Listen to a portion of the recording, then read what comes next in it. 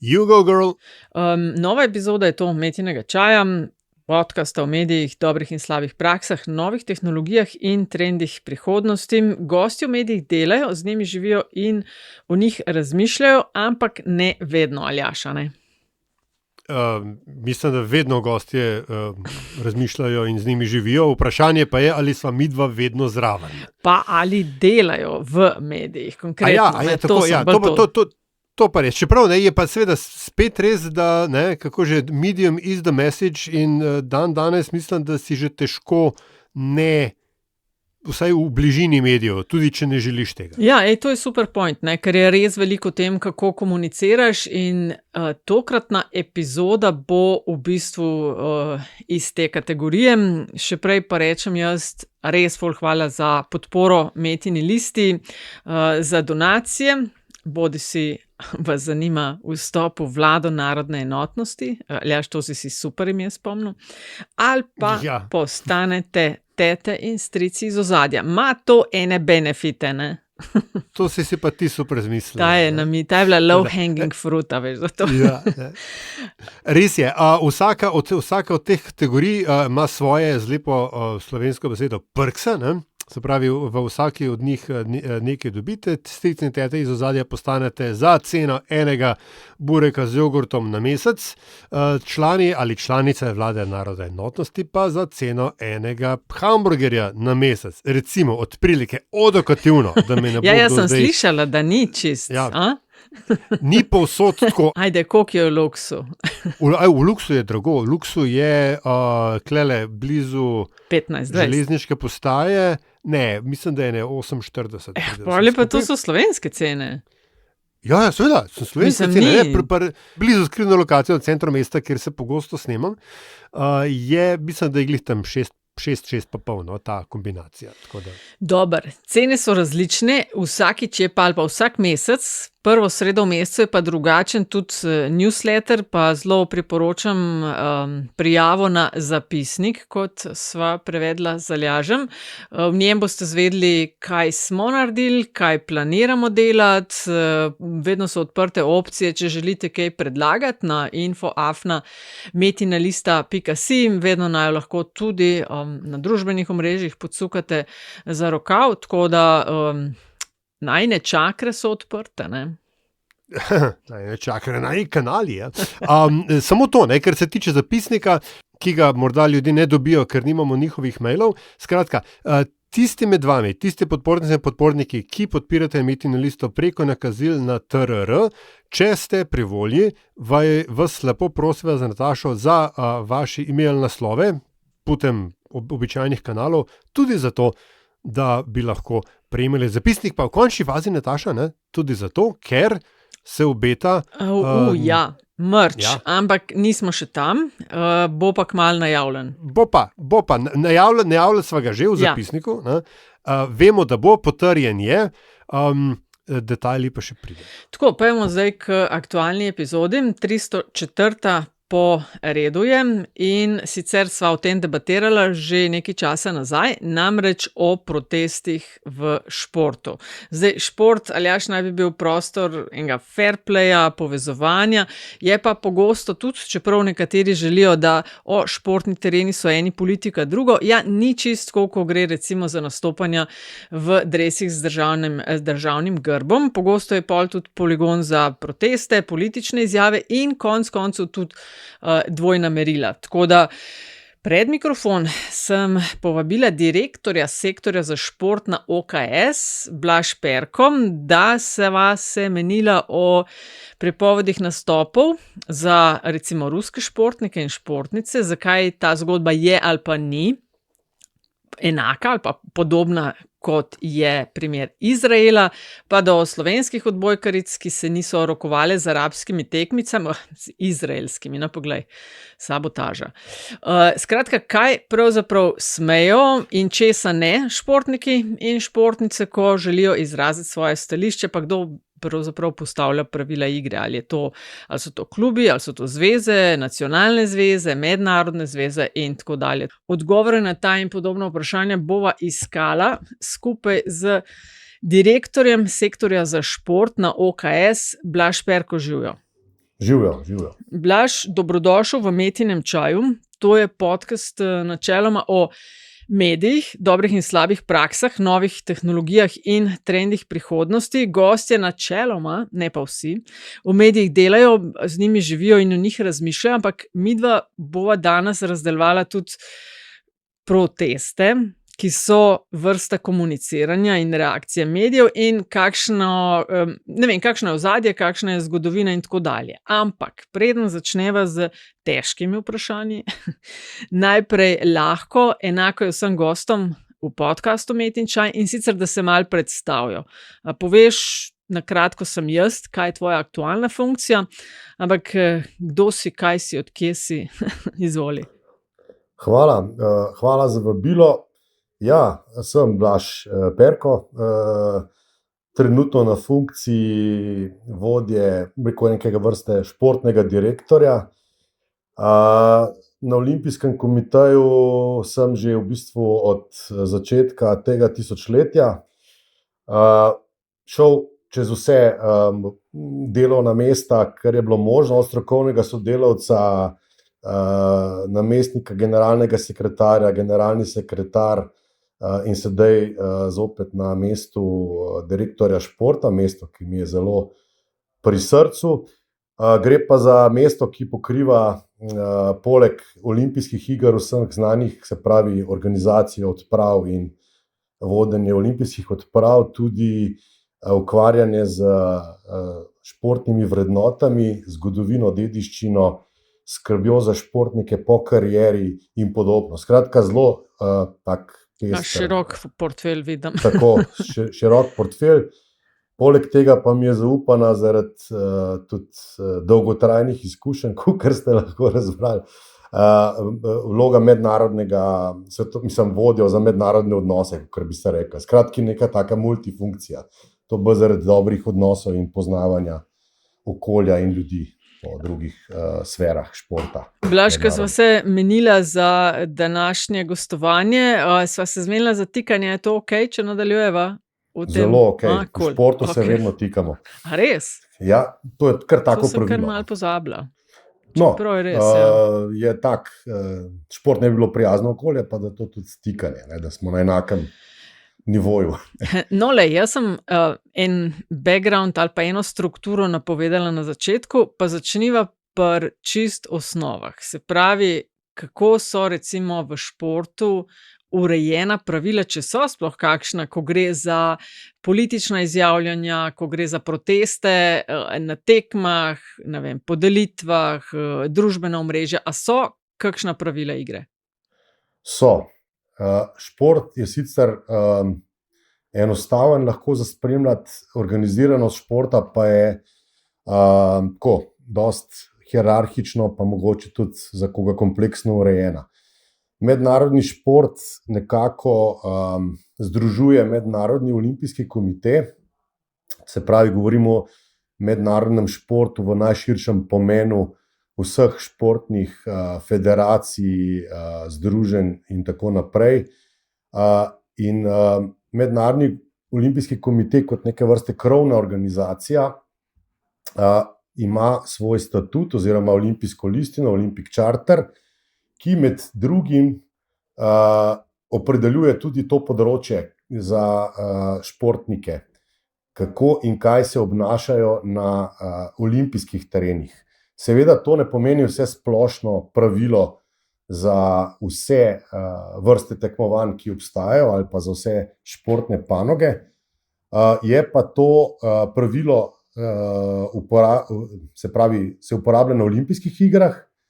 Vse športne federacije pa so dobrodošle slediti priporočilom in usmeritvam, ki jih pripravlja Mednarodni olimpijski komite. Kajti Mednarodni olimpijski komite v svojih komisijah, podorganih in tako naprej združuje športnike iz vseh športov, iz vsega sveta, in ta priporočila oziroma navodila in tudi prepovedi so bila pripravljena v sodelovanju z komisijo športnikom IOC, se pravi Mednarodnega olimpijskega komiteja, in jih tudi posredovana potem športnikom. Ok, ampak kaj so zdaj ta priporočila? Ja, v bistvu so kar navodila. Ok. začela so zdaj na koncu, na tem ekstremnem delu. Ne? Jaz bi pol mogoče kasneje pojasnil še malo več o samih igrah, olimpijskih igrah in olimpizmu, ampak da ne zaideva iz vprašanja, pravila prepovedujejo kakršnokoli propagando, proteste, sporočanje takšnih in drugačnih gesel, gest, tudi so natančno opisane, kaj ne bi to bile, na vseh olimpijskih terenih in olimpijskih prizoriščih, se pravi, bodisi na podelitvenem odru, na igrišču, ob igriščih, v olimpijski vasi in tako naprej. Kar pa ne pomeni, da športnikom prepoveduje svobodno izražanje ali pa izražanje svojega mnenja do teh vprašanj na novinarskih konferencah, na mix conah, se pravi mešanih conah, to so cone, ko po tekmovanju pridejo v stik z novinarji, na socialnih omrežjih in tako naprej. Skratka, zelo natančno določa mejo med prizorišči, ki so namenjena tekmovanju in fokusu na šport in dosežke in tudi športnikom na njihovo lastni nastop, od se pravi prizorišča ali pa okolij, kjer lahko izražajo svojo voljo, in daleč od tega, da bi Mednarodni olimpijski komite s pravili prepovedoval izražanje, se pravi prosto izražanje mnenj in volje, samo zelo si pa prizadeva za to, da šport ostane čist, se pravi čisto okolje športa, namenjeno zgolj športu. Ja, razumem, samo to je tista večna dilema, ne? Ko greš na eno veliko tekmovanje in greš kot reprezentant ali pa reprezentantka ene države, nosiš zastavo in to za sabo potegne marsikaj. Zdaj, a so med tem, kar MOK priporoča, to, ne vem, a se pol to kar prevede, kaj posamezne športne zveze in lige imajo, je več ali manj podobno, ne vem, kaj dela FIFA, kaj dela Košarkarska zveza, UEFA in tako dalje, ali so tisto spet čisto svoj svet, pa zelo drugačen? Načeloma te priporočila upoštevajo, se jih držijo, saj takrat, ko nimajo lastnih idej ali pa želja, se kar direktno upošteva, ni pa to pravilo, ne, da bi zdaj to bilo, to ni Biblija zdaj za vse športe. Razumem, ja. Ja. Zdaj, ena od bolj odmevnih seveda stvari do Izraela in tega še pridemo, pojdimo najprej na to prepoved nastopanj za ruske športnike in športnice. Daj nas spomni, kako je bila ta odločitev sprejeta? Kdo je tisti bil, zdaj bo pa tako, ne bo vas? Po igrah v Sočiju leta 2014 je bilo opravljena kar velika preiskava glede potencialnega takrat še kršenja protidopinškega kodeksa, ne? In mislim, da je bilo leta 2017 pol to zaključeno, McLarenova komisija, nekaj takega se je imenoval, in je ugotovila je pač sistematično in z državno pomočjo kršeni protidopinški kodeks, se pravi, da so se testi iz laboratorija neki potvarjali potem. Skratka, neko sistematično kršenje pravil, da nam zdaj kaj narobe rekel, se to je v bistvu vse dosegljivo na spletu. No, in takrat je to pomenilo, da je Nacionalni olimpijski komite, ker je bilo ugotovljeno sistematično, Nacionalni olimpijski komite Rusije, pa je formalno tista entiteta, ki mora zagotavljati, da stvari tečejo po pravilih čartarja Mednarodnega olimpijskega komiteja. Skratka, ugotovljeno je bilo, da je Nacionalni olimpijski komite to kršil in zato je bil suspendiran. Ker je suspendiran Nacionalni olimpijski komite, so potem posledično tudi njegovi športniki, tudi njih ta suspens prizadene, seveda se je pa takrat že sprejelo stališče, ne, da športniki, ki niso krivi, lahko nastopajo, vendar pod nevtralno zastavo, brez obeležij države in tako naprej. Če se spomniš, je potem v Pjongčangu, oziroma že v Riju so bili pač v Pjongčangu po 2017, so ruski športniki nastopili pod nevtralno olimpijsko zastavo, so se imenovali kot športniki iz Rusije, ne pa Ja, ni bilo ruskih obeležij in tako naprej. To je bilo takrat. Ne. Ja, Potem kaj pa se vojna zdaj? Ja. Se pravi, pa gremo naprej. Je pa leta 2022, še v času, ko po olimpijskem čarterju vlada olimpijsko premirje, ki pa traja čas od pred začetka iger, pa celo do konca paralimpijskih, mislim, da je skratka kar neko obdobje. V tem obdobju je ruska država pač napadla Ukrajino in prekršila to premirje in je spet na podlagi teh kršitev bila suspens. In potem, ko je ruska država v regijah, teh 4 regijah, kjer je spornih regijah, ki so dejansko na teritoriju Ukrajine, ne, jih je nekako pripojila pod Rusijo, ne, in na tak način kršila spet pravila čarterja, da države ne posegajo v teritorijalno športno neodvisnost drugih držav. Ne. In te regije so bile formalno pod ruskim olimpijskim komitejem, ne, Zaporožje, kaj že, Lugansk, te 4. No, in ker je to kršila, so jih pač trajno suspendirala, ne, ker so to prekršili. Skratka, čisto formalni razlogi, skladno z olimpijskim čarterjem, ki pač zapoveduje, oziroma vsi podpisniki tega čarterja se zavezujemo spoštovanju tega premirja v tistem obdobju. To premirje celo na Združenih narodih bilo gre za ta Olympic Trust, kar je po angleško potrjena zadeva na Združenih narodih. Skratka, ima veljavo širše, ne samo zdaj neka naivna želja športa, da je vse v redu. In ker so te formalnosti bile prekršene, zato so formalno imeli podlago na MOK-u, da so Ruski olimpijski komitej in pa beloruski, ki so takrat oboji sodelovali, suspendirali tako športnike kot olimpijski komitej in potem posledično športnike. Ne. To je kar bed, ne, če si ruski športnik zadnjih skoraj, mislim, 8 let. Ali je bilo zaradi tistih kršitev z dopingom, ali zdaj tole z vojno. A je, mislim, ne vem, kaj potuješ, pa se srečujete v tujini s kolegi iz drugih držav, se razmišlja kaj o kakšnih ukinitvah ali kakšni pogoji morajo biti izpolnjeni, da bi o tem začeli razmišljati?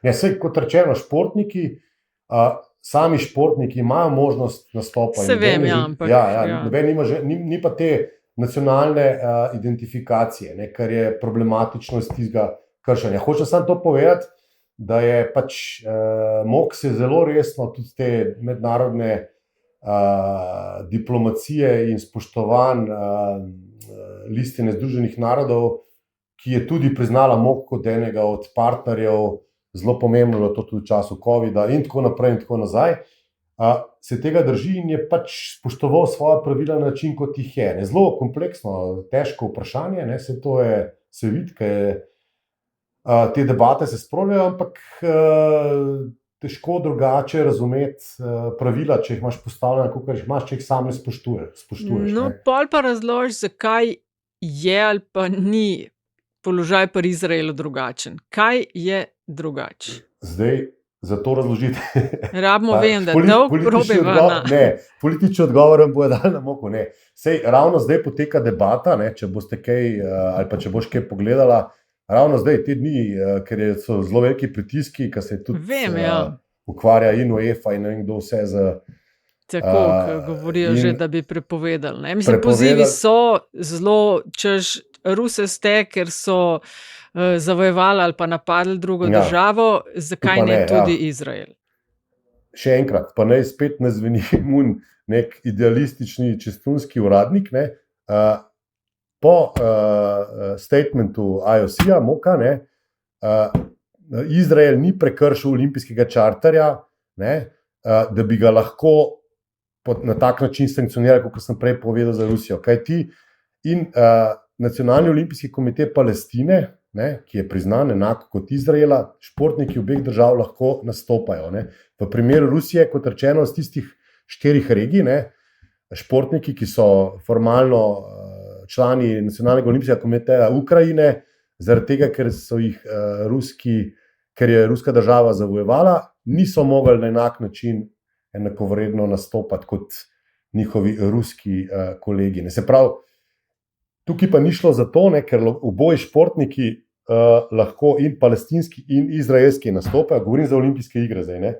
Zato jih pač niso izključili formalno. Ne. Pustimo zdaj pa ta vprašanja reševanja konflikta, ki se rešujejo drugje, ne, verjetno ne na olimpijskih igrah.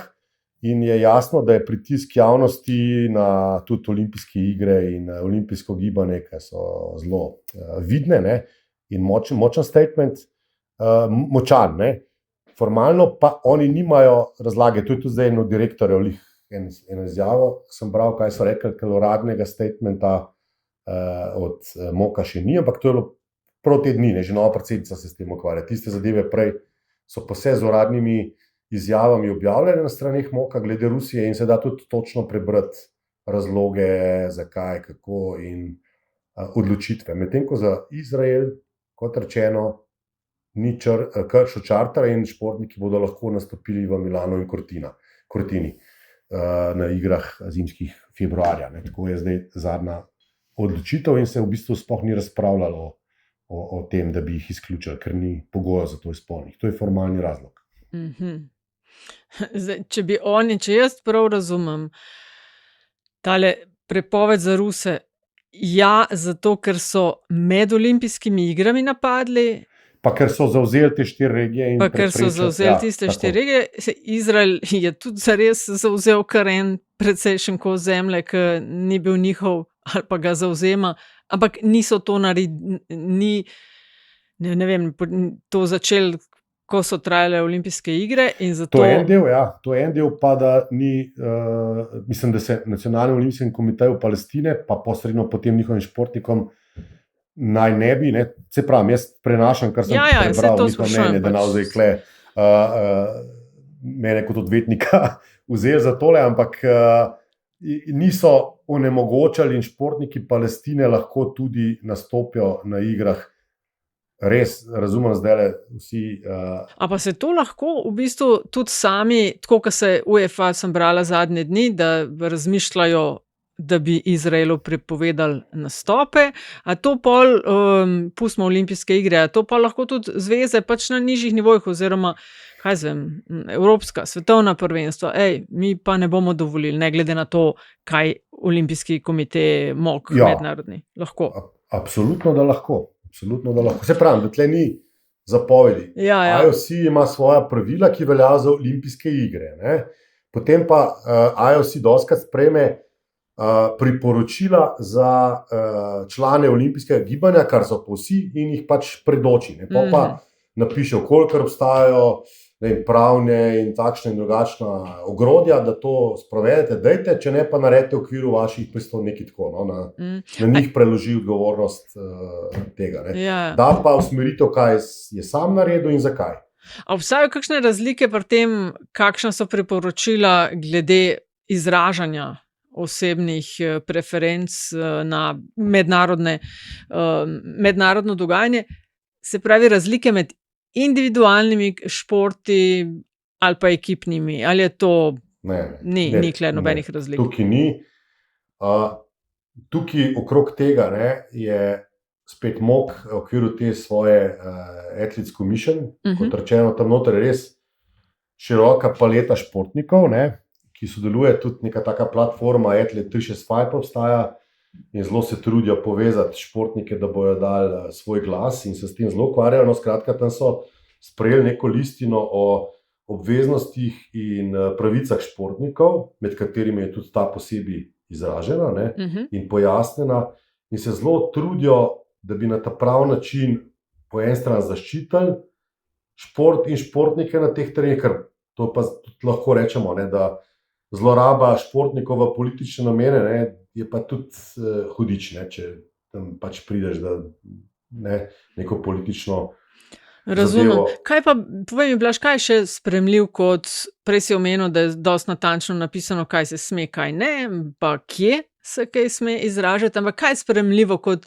recimo neka osebna gesta, če imaš kakšen konkreten primer, kaj pa bi organizacije že štele kot kršitev pravil in posledično sankcioniranje? Zelo eksaktno je kraj, kjer se to naredi določen, to sem rekel. Tiskovke, mix cone. Se pravi, se pravi, polje igre, oziroma vsa tekmovališča, olimpijska vas, podelitev medalj, otvoritvena zaključna slovesnost, pa druge uradne ceremonije. To ne. Tam absolutno nič glede teh protestov, kakršnih koli sporočanj fizičnih. Tudi recimo. Eno, dve, čisto plastično, da si znamo predstavljati. Da si znamo predstavljati. Se pravi, katerakoli politična sporočila, vključno z nekimi znaki, signali ali pa temi armbands, ko se reče, to, potem gestikulacija politične narave, kot z rokami ali pa klečanje, potem nespoštovanje ali pa nespoštovanje protokola neke ceremonije, recimo, da ko se odide na podelitev, pa ti greš v drugo smer ali pa v takem smislu. Točno to konkretno piše, kar sem zdaj naštel v teh priporočilih za športnike. Se spomnim, a ni ravno zdaj na košarkarskem prvenstvu je na WC laufal Dončić med tem.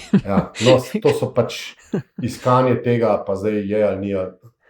To so stvari, ki se dogajajo. Jasno, da bolj si viden, večji doseg in pač vse je okej. Zdaj, če pogledamo, povej. Hotel sem samo to nadaljevati, ker se res zdaj pogovarjamo tako z malo izhodiščem, da je nek šport hoče ostati tako malo ven iz tega, pa kukor, da se nič dogaja, samo da igre grejo dalje, kruha in iger. Pa ni čisto tako. Kle je treba res ta olimpizem, to je v bistvu filozofija življenja. To so samo igre, pa tekme, pa pravila, pa vsi smo lepi, fini, pa gremo naprej. Ampak je tudi fair play, Vse to, pa v bistvu ena ideja, da bi bilo neko področje, kot je šport, kjer se da pokazati, da se da tudi drugače. Kar je značilno za olimpijske igre, pa vsi poznate, zagotovo je olimpijska vas. Tukaj je, vemo za tisti incident leta 1972, ampak olimpijska vas ne bi bilo v takrat naprej pa sploh nek kraj, kjer se pokaže, da se da kljub vsem konfliktom, nasprotjem in različnostim športnike iz različnih delov sveta, da živijo skupaj v nekem harmoničnem sobivanju in se ukvarjajo pač športom. In takrat na tak način pokazati, da se da. Ni pa to zdaj rešitev, samo da se da. In takrat se pol tudi začnejo, če pa gremo zdaj naprej izven športa, zakaj je beyond sport, ker takrat se tudi pol sprožajo in tale vprašanja in kakšni politiki se srečajo, ker se drugače tudi podrazno ne bi niti pogledali in je nek tak inkubator malo boljšega vzdušja in se da mogoče tudi preprečiti mrzkašno ali konflikt ali pa začeti reševati konflikt, ki se ga drugače sploh ne bi dal. Zato je pomemben, da ostane vsaj kakšno okolje take, ker če tudi to okolje, recimo, zdaj pa z tega prehajam, pa sem rečemo malo neobjektiven, ampak če bomo rečemo tudi to okolje čist spolitizirali, pa rečemo, tam je vse dovoljeno, pa to, pol verjetno bomo tudi tukaj imeli neke bariere, pa se bomo gledali čez, pa ne bo sploh šlo, se ne bomo upali skrb spraviti ljudi, ki bo skozi nevarnost konflikta. Olimpijska vas gleda, ne vem, če si kdaj... A veš, da ne. Pač to so, ne vem, Argentinci skupaj s Špancem pa jokata, zato, ker je neki zafrk, pač ljudje, ki jih iz držav, ali pa Argentin z Angležem, ali pa kaj se vse, zdaj take države ven dajem, ki so bile, ne vem, v konfliktu, voj, ampak se tam nekako ukvarjajo s temi stvarmi, ki se jih tam dotikajo, in nekako pridejo skupaj, ki drugače ne bi, in živijo ne samo na športnem terenu, ki si daš roko, tekmuješ, pa celo nasprotnik, ampak tam gre ta skrb v menzo, skupaj v vrsti stojita s tistim pladenčkom in ali pa se skupaj posedata, pogovarjata in tako naprej. Ne? In to so take stvari, ki mislim, da jih je za gojiti naprej, ne? Ali pa ohranjati. Ne? Med bolj blaž tako znanimi primeri, ko je šlo za izražanje protesta iz zgodovine, recimo je bilo na igrah v Mehiki 1968, ne, Tommy Smith, John Carlos s tistim visoko dvignjeno pestjo. Če pogledava zadnjih 10 let, je tale podajalec ekipe San Francisco 49ers, Colin Kaepernick, je protestiral proti rasizmu v ZDA pa policijskemu nasilju, tako da je pri tem, ko so predvajali himno, je pokleknil.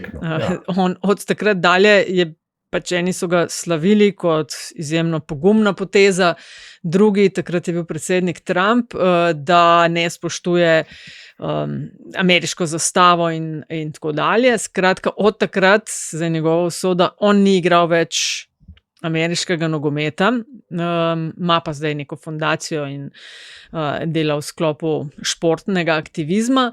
Pa me to pripelje na konkreten primer iz Slovenije, ki je star par tednov, mesecev. Slovenske odbojkarice se niso rokovale po tekmi z Izraelkami, s svojimi tekmicami. Zelo močne reakcije so bile na to, eni so to zelo pozdravili, drugi, da je popolnoma nezaslišano. Mogoče veš, kako so reagirale zveze, klubi? A so, ne vem, konec koncev tudi Olimpijski komite? A je bila kakšna reakcija na to? Zdaj, ta konkreten primer, odbojkarska zveza nima takšnih pravil, ki sem jih prej povedal za olimpijske igre, ne? Da bi recimo čisto formalne neke te razloge imela. Punce so pač se odločile za tako gesto, ne? Nekih sankcij ni bilo, ne? Tudi odbojkarska zveza ali pa nobeden ni bil kaznovan, sankcioniran, ne? Kot rečeno, zdaj iz tistega, kar sem prej razlagal, je pa tako, ne? Na terenih, ne? Po rečemo olimpijskem ne bi se to dogajalo, lahko bi se pa potem na tiskovki, ne? Povedali, da se ne strinjajo ali pa karkoli, ali pa na socialnih medijih, ne pa tam, ne, ampak ne, tle ni bilo tazga, sankcij ni bilo, no, ajde, tako. A pa ste imeli kakšne debate okrog tega? So se znotraj vas, ki se ukvarjate s športom na tej ravni, klubski, zveze, olimpijski, a so kakšne, se krešajo mnenja, ali ste več ali manj vsi na isti strani v smislu športno igrišče, naj ne bo prostor za nobene sorte protestov, ne? Čeprav jih ni malke mislijo, točno tam je tudi včasih treba povedati, na tak način, ne vem. Mislim, kar se tiče zdaj tega športnega organizatorja oziroma vseh nas administracije, no, kar rečemo, mislim, da je dosti enotno mnenje, da se te stvari ne bi dogajale, ker zdaj, a smo indoktrinirani, ali je to prav, jaz sem skušal razložiti, zakaj, saj jaz tako razumem to, no, da bi mogli to ostati tako, kot je. Nimamo pa zdaj nekih formalnih debat, saj znotraj slovenskega športa ni bilo na taki ravni, da bi zdaj rekel, obstaja nek forum okrog tega, pa da bi zdaj neka stališča sprejemali, kako sprejemali. Mi sledimo tem, ker mislimo, da je to na tak način, kar sem prej predstavil. No. A mogoče veš, kakšne so bile pa reakcije na drugi strani pri športnicah, kako oni doživljajo ali mislijo, da bi mogle biti bolj zaščitene, ali ne vem. Tukaj zdaj, jaz mislim pa vsaki taki odločitvi, ki ti izražaš neko mnenje, ne, potem tudi pač prevzameš odgovornost, kaj bo sledilo. Ne. Absolutno zdaj ni. Ravno zato je fajn zaščititi športnike, da ne izražajo tega, ker to prinese pa spet tudi kontraučink lahko. Ne? In si pol tudi ne sprejmejo to vsi kot lepo. In iz tega vidika zaščita absolutno. Ne? Da bi pa se zdaj postavljali na kjerokoli stran, je pa tako. Ne? Potem si avtomatično tudi kot neka športna organizacija pokazal politično opredelitev, kakršnokoli že. Ne? In s tem si pa neko tisto osnovno spet premiso, ne, da je šport nepolitičen, prekršil, ne, je težko, ne, da se pol opredeliš. Ja. Misliš, če veš kaj, a klubi usmerjajo na kakšen način športnike in športnice, kako se obnašati v občutljivih situacijah. Jaz sem kar precejšen del svoje mladosti trenirala in se športno udejstvovala, ampak ne na toliko zelo visokih nivojih, da bi to prišlo do izraza, ampak me pa vseeno zanima, a to danes kaj klubi, tako kot za razliko od včasih, ko recimo podučujejo igralce pri sklepanju pogodb, pri nastopih v javnosti, a tudi glede tega, kako se obnašati v občutljivih situacijah.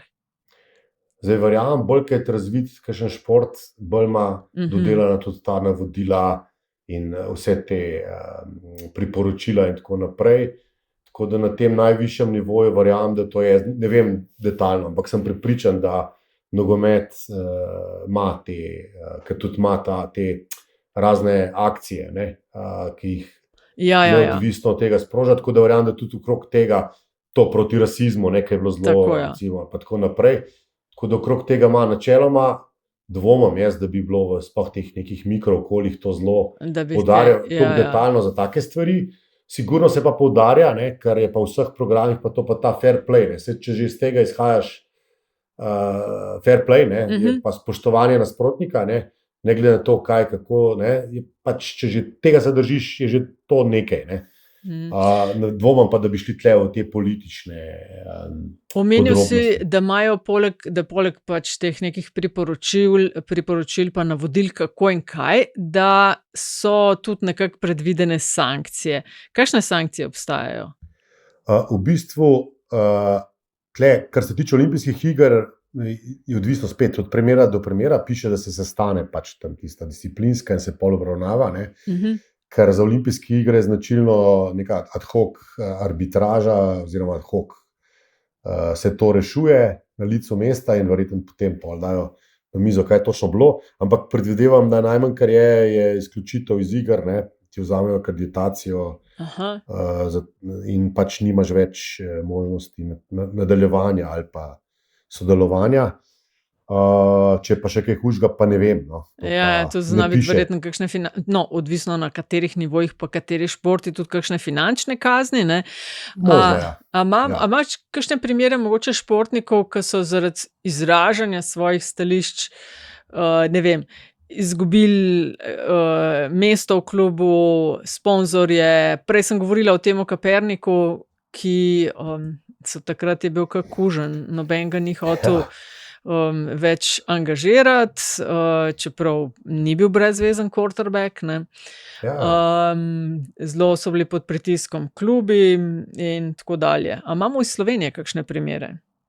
Zdaj z glave ne vem, no, ampak je pa dober point, a ne. Seveda pri takih stališčih se pojavljajo tudi sponzorji, ne, ki seveda gledajo. In tudi zato, ne, dobro, da si omenila, je ta priporočilo spet Athletes Commission, da bi zaščitili športnike tudi z tega vidika, ne, ker če so oni tudi osebno odvisni od svojega udejstvovanja v športu in na kocko postaviti zaradi izražanja nekih političnih stališč, se mora zavedati, da lahko pol pride tudi do prekinitve kakšnih pogodb, ne. Tako da tukaj dvomim, da je, ne vem, kakšni športniki, ki nastopajo za ekipe iz držav, ki niso ravno zgled, ne, da nimajo v klavzulah napisane kakšne take zadeve, ne. Tako da ne vem pa za primer, ne. Lahko sam povem, zdaj sem se spomnil recimo tekmovanja, ki se odvijajo na Kitajskem, so tipična tekmovanja, kjer organizatorji vedno pošljajo, pa nazadnje je bilo tako tekmovanje letos, svetovne igre v Chengduju. To gre za svetovne igre večpanožne športov, ki niso na olimpijskem programu. V bistvu neka taka predstopnica za olimpijski program, na takem tekmovanju, recimo tudi preden je bil na olimpijskih igrah, recimo bilo športno plezanje, pa tudi še kakšni taki bizarni malo športi, no, ampak kakorkoli, in so kitajski organizatorji nam poslali nekako priporočilo, oziroma ne priporočilo, opomnik na tole Rule 50, pa da športni tereni ostanejo čisti glede političnih stališč. Predvsem mislim, da so kitajski organizatorji glede spoštovanja človekovih pravic uglasijo, ne, da ni na mestu športnikom, da komentirajo na terenih okrog teh zadev. No. Tako da iz drugega konca je recimo prišlo ne od organizatorjev nazaj, ne od teh, ki smo tja odhajali. Ne. Ja, od Kitajcev, ker pogosto verjetno pridejo kakšne take zadeve. A so razlike tako med, odvisno od v katerih državah ali pa mogoče celo celinah se kje kaj dogaja, kakšna so navodila v zvezi z izražanjem športnikov, ko gre za, ne vem, izjave okrog kakršnega koli drugih stvari, razen tistega, za kar so na terenu, ne vem, igranja tenisa, nogometa, košarke in tako dalje. A so razlike med državami? Ja, se pravim, zdaj ta primer, pa res ne bi Kitajske. Razumem, ja, ampak sej. Ampak ja, absolutno, ne, tam, kjer to je logično, iz bolj ali pa manj demokratičnih okolij so zadeve različne, s tem, da ni tukaj zdaj to, rekel, neka agitacija, pa tako pa drugače, bolj gre za razlago, konkretno v kitajskem primeru, glejte, dajmo tako, športno polje ni prostor za izražanje tega, resnic je več, ne, oziroma ni vse enoznačno, ne, dajmo pogledati, pa se druge te stvari urejajo, ne, na športnih terenih, v tem smislu, ne, da ne bi zdaj športna prireditev postala manifestacija zdaj športnih, političnih stališč. No. A pa je tega več, a imaš občutek, da je, ker pač spremljaš vsa ta tekmovanja tudi na najvišjih nivojih, da je več tega izražanja političnega na športnih terenih ali manj, kot ga je bilo? Mislim, da je na terenih, pa ni, na terenih, mislim, zdaj, jaz nimam občutka, da ni, ne, da ni več, da je pa več na socialnih omrežjih. Ja, bolj to, ne, ta pristop je bolj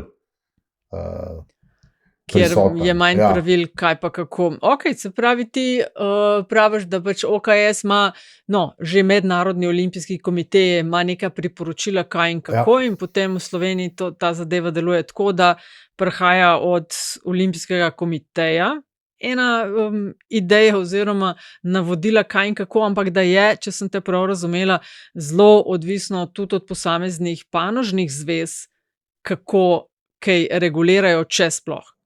Če sploh oziroma implementirajo to, točno tako, ja. In praviš, da te očitki, dvojna merila, ko gre za prepovedi nastopanj za ruske športnike in prepovedi, zakaj ni prepovedi za izraelske, da ne gre za dvojna merila, ampak sta primera čisto drugačna. Daj še enkrat ponov v par stavkih, ker res to je debata, ki se bo nadaljevala. Ja, ruski primer, v bistvu gre za, v primeru Rusije gre za kršenje pravil listine, olimpijske listine, medtem ko v izraelskem primeru ne gre za kršenje olimpijske listine. To je formalni razlog. Zdaj pa, kaj so prekršili Rusi, pa kaj niso Izraelci. Rusi so kršili najmanj dvakrat olimpijsko listino, in sicer v Sočiju, ko niso spoštovali in sistematično kršili, tako je bilo ugotovljeno v raziskavi, protidopinški kodeks, in so jih zato suspendirali že za igre 2018 v Pjongčangu. Potem pa še leta 2022, ko so v času olimpijskega premirja, gre za tudi od Združenih narodov priznana ta mehanizem olimpijskega premirja, ko ne bi se prekinile te vojaški spopadi in tako naprej. Ravno v tistem času pa je Rusija izvedla ta napad oziroma to akcijo in s tem prekršila formalno olimpijsko premirje, in potem tudi priključila 4 regije Ukrajine, ki so del Ukrajine, in s tem preprečila oziroma ne omogočila ukrajinskim športnikom normalno tekmovanje pod okriljem Nacionalnega olimpijskega komiteja Ukrajine, kamor ozemlje pripada, z nasilnim prevzemom tega pod rusko oblast in To je bilo kršenje teh formalnih pravil. Medtem ko Izrael ni prekršil pravila, da Nacionalni olimpijski komitej Palestine ne bi mogel svojih športnikov normalno v celoti prijavljati in pelati na olimpijske igre, pač olimpijske igre. Kako se to zdaj bizarno sliši. Ampak res se, veš. Tudi sam sebe malo. Tega ne štekam, kako. Jaz mislim, da tle treba majčkeno prebrati čisto formalno. To je zdaj iz izjave, se jo lahko ti tudi posredujem. No, daj pa jo bom priložila na spletno stran, za tiste, ki želijo še malo globje v to vprašanje. Ker je treba res iti globje, ker nisem ekspert, ampak v osnovi pa gre samo za to. Ti si bilo prekršeno, to pa ni. Zdaj, zakaj to ni, je tako. Zdaj, če smo zdaj malo širši, Izrael verjetno ni edina, pa nisem, jaz sem te res ravno nasprotno, ampak verjetno ni edina država, ki nastopa na olimpijskih igrah, ali pa je v konfliktu s kakšno drugo državo. Tudi to je treba vedeti. In zdaj, če bi se tako šli, bi bilo pol skozi, bi Mednarodni olimpijski komitej verjetno ratu, ne vem, ta policaj, varnostni svet ali ne vem kdo, ki bi gledal, kdo koga kaj namara, pa pol bi mogel tudi tukaj narediti enako. Mogoče tudi, ne vem, Amerika ne bi smela kdaj kaj nastopati, ne vem. Ja, pač, in vsak tak konflikt,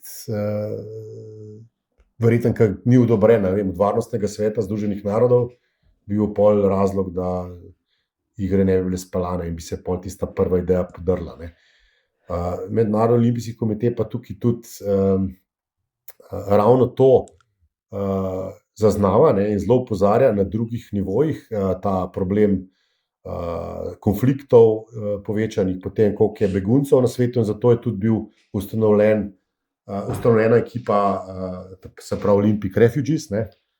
To poznaš, da so na igrah, ten lep film bil od ene, ki je nastopila v Riju. Skratka, zdaj za tiste, ki ne vejo, ki ne poznajo to, da je v par stavkih razloži, zakaj gre pri tej. Mednarodni olimpijski komitej ima kot posebno entiteto tudi ekipo Olympic Refugees, Refugee Team, ki jo sestavljajo uradni begunci, mislim uradni, pač uradno osebe identificirani kot begunci. In morajo prav tako izpolniti, tukaj ne gre za nek socialni korektiv, morajo glih tako izpolniti kriterije, norme, da se lahko udeležijo, vendar v okviru tega Refugee Teama. Refugee Team pa potem tam so trenerji, bodi si iz držav, tudi recimo iz Slovenije bi lahko bili, pa kakor se prijavijo in trenirajo v centrih, ki jih pač Mednarodni olimpijski komitej podpira in jim nekako omogoči priprave na igre in nastop na igrah pod to zastavo Refugee Team. S tem ravno želi opozoriti, kakšna je to problematika in da pač vsem tem športnikom, ki jim je zaradi konfliktov onemogočena normalna udejstvovanje v športu, vseeno nastopati na igrah. Tako da že s tem daje neko sporočilo svetu, koliko je to pomembno. In zdaj tudi na igrah je bila že osvojena prva kolajna v boksu, mislim, da je od begunke. Skratka, gre za tako spet zgodbo, ki želi prikazati nesmiselnost teh vseh zadev na ta unik način, ki ga uporablja Moka. Tle je vsaj predsednik, ki se je posloval, predsednik Bah, je bil zelo diplomatski in se je zelo ukvarjal s temi zadevami in je tudi zelo olimpijsko gibanje probal razviti v to, za kar naj bi bilo, se pravi ta nad samo športno gibanje, in se je zelo ukvarjal z prepoznanjem Združenih narodov, olimpijskega gibanja in pa športa kot ene od potencialnih rešitev, potem skozi šport pomagati vplivati pri zmanjševanju konfliktov in zbliževanju ljudi različnih prepričanj in tako naprej. In je to ena od poti, ki se jo izvaja, da je pa kompleksno, pa zafrkljeno, pa v tem svetu, ko je pa treba paziti, hkrati tudi, da ne postaneš neko premalo prepoznavno, ampak moš mi še zmeraj visoko stopno prepoznavnosti, vsi te najboljši morajo priti, zgledati mora dobro. Zelo težko na to vse balansirano pelati. In zato mislim, da je ideja prava in da se skozi tudi modificira. Ne gre za neko kostenelo organizacijo, ki bi kar na nekih starih idealih probala pelati stvari naprej, stvari se pa odvijajo čisto v drugo smer. Ja, tako bom rekla, ne, še se boste švicali na to temo, kaj športniki lahko in športnice ali pa ne, in predvsem tudi na vprašanju Rusije in Izraela. Blaž Perko, direktor sektorja za šport na UKS, hvala za ta pogovor, ki pa ga v Metinem čaju vedno zaključimo tudi z enakim vprašanjem gostom, in sicer, da z nami delijo eno zanimivost ali pa dve, kakorkoli, ki lahko je povezana s tabo direkt, lahko je nekaj čisto X, ampak v osnovi pa, da z nami nekaj deliš, kar misliš, da bi, ne vem, veliko ljudi lahko zanimali, pa ne vejo in si pripravljen deliti. Najtežje vprašanje za konec. Ja, se vem, ja. Seveda. Ma nekaj na temo, kar smo zdaj govorila, ker sem ravno danes pregledoval, pred nami so zimske olimpijske igre v Milanu, Cortini. Zdaj, kdor je gledal igre v Parizu, je že opazil spremembo pri pristopu samega protokola otvoritve. Če se spomnite, tam potekalo to z ladicami, so se vozili po seni. Ni bilo na klasičnem štadionu, pa mimohod in tako naprej.